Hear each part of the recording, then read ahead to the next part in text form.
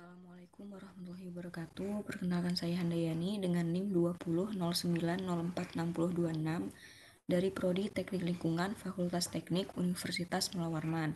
Kali ini saya akan menjelaskan mengenai lembar data keselamatan bahan atau LDKB dari produk kimia untuk memenuhi tugas mata kuliah pengelolaan B3 dan limbah B3. Produk kimia yang akan saya jelaskan adalah akrilonitril. Akrilonitril dengan identifikasi bahayanya. Yang pertama, cairannya mudah menyala dan kategori 2 H225. Kemudian toksisitas akut tertelan kategori 3 H301. Toksisitas akut pada kulit kategori 2 H310. Toksisitas akut terhirup atau uap kategori 2 H330. Toksisitas akut terhirup debu dan kabut kategori 3 H331.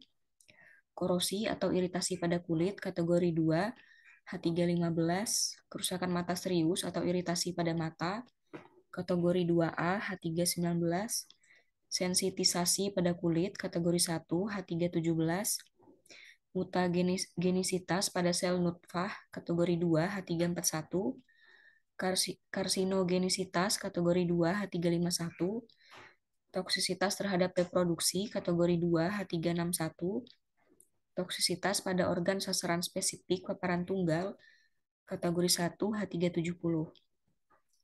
Kategori H370 yaitu hati sistem susunan syaraf. Kategori 3 H335, H336 yaitu iritasi pernafasan, efek narkotika, kemudian toksisitas pada organ sasaran spesifik, paparan berulang. Kategori 1 H372 sistem peredaran darah, ginjal, hati, susunan syaraf, sistem pernapasan, sistem produksi sperma. Kemudian ada toksisitas akuatik akut dengan kategori 2 H401, toksisitas akuatik kronik kategori 2 H411. Kemudian untuk kata sinyal bahayanya, untuk pernyataan bahaya ada H225 di mana cairan dan uap sangat mudah menyala. Kemudian ada H301 toksik bila tertelan, H310 fatal jika terkena kulit, H315 menyebabkan iritasi kulit, H317 dapat menyebabkan reaksi alergi pada kulit, H319 menyebabkan iritasi mata yang serius, H330 fatal jika terhirup, H341 diduga menyebabkan kerusakan genetik, H351 diduga menyebabkan kanker, H361 diduga dapat merusak kesuburan atau janin, H411 toksik pada kehidupan perairan dengan efek jangka panjang, H335 dapat menyebabkan iritasi pada saluran pernafasan, H336 dapat menyebabkan mengantuk dan pusing, H370 menyebabkan kerusakan pada organ seperti hati, susunan syaraf, H372 menyebabkan kerusakan pada organ melalui paparan yang lama atau berulang, sistem peredaran darah, ginjal, hati, susunan syaraf, sistem pernapasan, sistem produksi sperma. Untuk pernyataan dari kehati-hatian pencegahan, dapatkan instruksi khusus sebelum menggunakannya. Jangan menanganinya sampai seluruh instruksi peringatan saya dibaca dan dipahami. Gunakan peralatan pelindungan diri seperti yang ditentukan. Cuci muka, tangan, dan bagian-bagian kulit yang terpapar secara menyeluruh setelah menanganinya. Dilarang makan, minum, atau merokok ketika menggunakan produk ini. Jangan terkena mata, kulit, atau pakaian. Jangan menghirup debu, asap gas, kabut, uap, semburan. Gunakan hanya di luar atau di area yang mempunyai ventilasi udara yang baik. Pakailah pelindung pernapasan. Pakaian kerja yang tercemar tidak diperbolehkan keluar daripada tempat kerja. Pakailah sarung tangan pelindung, hindari pelepasan ke lingkungan, jauhkan dari panas, percikan api, nyala terbuka, permukaan panas, dan dilarang merokok. Jaga wadah tetap tertutup rapat, netralkan atau grounding atau bonding wadah dan peralatan penerima. Gunakan alat yang tidak memercik. Ambil langkah berjaga-jaga terhadap pelepasan statik. Jaga tetap sejuk. Jika terpapar, hubungi segera pusat penanganan korban keracunan atau dokter tenaga medis. Jika terkena mata, bilas secara hati-hati dengan air selama beberapa menit. Lepaskan lensa kontak jika digunakan dan mudah untuk dilakukan, dan teruskan dengan membilas. Jika iritasi berkelanjutan, hubungi dokter dan tenaga medis. Hubungi segera pusat penanganan korban keracunan atau tenaga medis. Cuci pakaian yang tercemar sebelum digunakan kembali. Jika iritasi kulit terjadi, hubungi dokter atau tenaga medis. Jika pada kulit atau rambut, lepaskan atau tanggalkan segera semua pakaian tercemar. Bilas kulit dengan air di pancuran. Selanjutnya, untuk komposisi atau informasi kandungan bahan, untuk identitas bahan kimia tidak ada informasi yang tersedia, dan untuk bahan tunggalnya untuk bahannya itu yaitu bahan tunggal. Nama kimianya akrilonitril dengan beratnya kurang dari 99% dengan nomor CAS-nya 107131. Tindakan pertolongan pertama, jika mengenai ini, untuk saran umumnya hubungi segera tenaga medis. Setelah terhirup, pindahkan korban ke area yang berudara segar. Setelah kena kontak kulit, segera basuh dengan sabun dan air. Setelah kontak mata, basuh kulit dan mata segera dengan air yang mengalir sekurang-kurangnya 20 menit. Setelah tertelan, jangan paksa muntah, minum banyak air, jangan beri apa-apa melalui mulut kepada orang yang tidak sadarkan diri, dan segera hubungi tenaga medis. Gejala dan efek yang paling penting kedua-duanya akut dan jangan terlambat. Selanjutnya, langkah-langkah pemadaman api. Media pemadam yang sesuai, bahan kimia kering, CO2, semburan air atau busa tahan alkohol, semprotan air, kabut atau busa tahan alkohol. Pindahkan wadah dari area kebakaran jika dapat melakukannya tanpa risiko. Kemudian bendung air pemadam kebakaran untuk pembuangan. Kemudian jangan menebar bahan-bahan. Gunakan semprotan air atau kabut, jangan gunakan aliran lurus. Media pemadam yang tidak sesuai, semua bahan mempunyai titik nyala yang rendah. Penggunaan semprotan air untuk memadam api mungkin tidak efisien. Kemudian media pemadam khusus, dinginkan drum dengan semprotan air, dan prosedur pemadam khusus. Jika terlalu sulit api untuk dipadamkan, lindungi lingkungan, dan biarkan api terbakar dengan sendirinya sampai habis.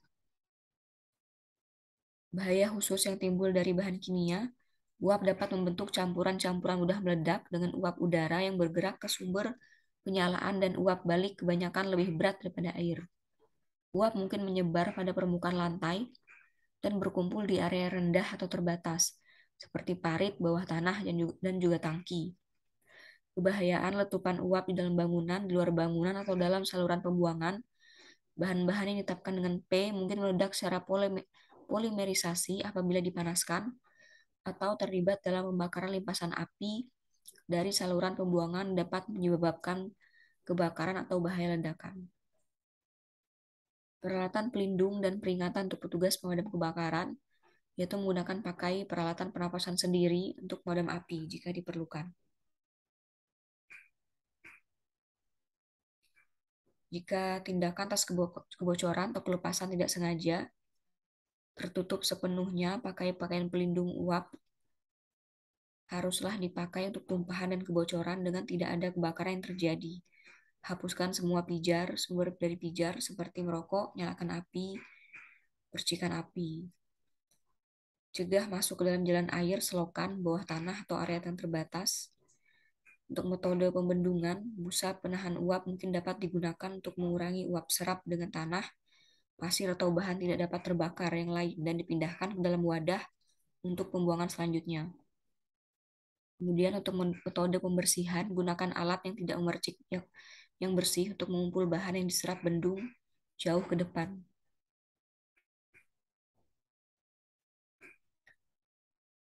Untuk pengendalian yang aman, pastikan ventilasi yang memadai terutama di area terbatas. Jauhkan dari panas, percikan api, nyalaan dan sumber penyalaan yang lain, seperti lampu pandu, motor elektrik, dan elektrik statik. Kemudian untuk pengendalian atau perlindungan diri, untuk perlindungan tangan menggunakan sarung tangan dibuat dari plastik atau karet. Perlindungan kulit dan badan, sarung tangan dibuat dari plastik atau karet. Sepatu anti statik, pakai pakaian tahan-tahan, seperti penahan api, nyala pakaian pelindung yang sesuai, seperti juga celemek. Untuk sifat-sifat fisik dan kimia, untuk keadaan fisiknya, bentuknya itu cairan, tampilannya tidak ada data yang tersedia, warnanya tidak berwarna, dan baunya sangat kuat. Ambang bau dan juga pH-nya tidak ada data yang tersedia. Kemudian titik leburnya minus 119 derajat Fahrenheit dan jarak leburnya minus 84 derajat Celcius. Untuk titik beku dan titik didih awalnya tidak ada data yang tersedia. Kemudian titik didihnya di 171 derajat Fahrenheit dan jarak didihnya 77 derajat Celcius. Untuk titik nyalanya 30 derajat Fahrenheit dan minus 1 derajat Celcius. Untuk metodenya cangkir tertutup dengan tag. Kadar penguapan dan kemudah bakaran seperti padatan gas, tidak ada data yang tersedia. Batas ledakannya eksplosif atau batas atas, identitasnya kimia. Tekanan uapnya 11,0 kPa, kerapatan uapnya 1,8, airnya 1, dan koefisien partisinya tidak ada datanya, berat jenisnya 0,8, kemudian suhunya nyala otomatis 898 derajat Fahrenheit dan 481 derajat Celcius. Untuk stabilan dan reaktivitas tidak ada informasi. Kemudian stabilitasnya di bawah kondisi normal. Kemungkinan bahaya dari reaksi tidak ada yang di bawah proses normal. Kondisi yang harus dihindari yaitu panas, nyala, dan percikan api.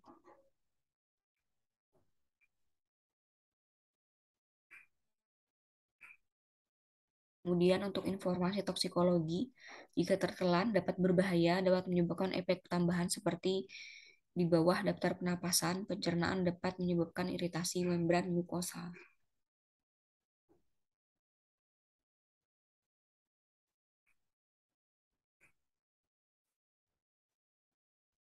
Kemudian untuk informasi ekologi, 0% daripada campuran terdiri daripada komponen yang kebahayaannya terhadap persekitaran akuatik tidak diketahui.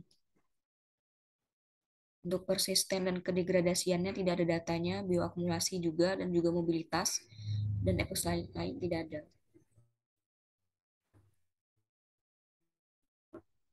Pertimbangan pembuangan, pembuangan sepatutnya mengikuti undang-undang dan peraturan regional dan juga nasional, dan juga tidak digunakan hancur dengan dibakar. Produk ini dapat juga didaur ulang. Itu saja penjelasan dari saya. Assalamualaikum warahmatullahi wabarakatuh.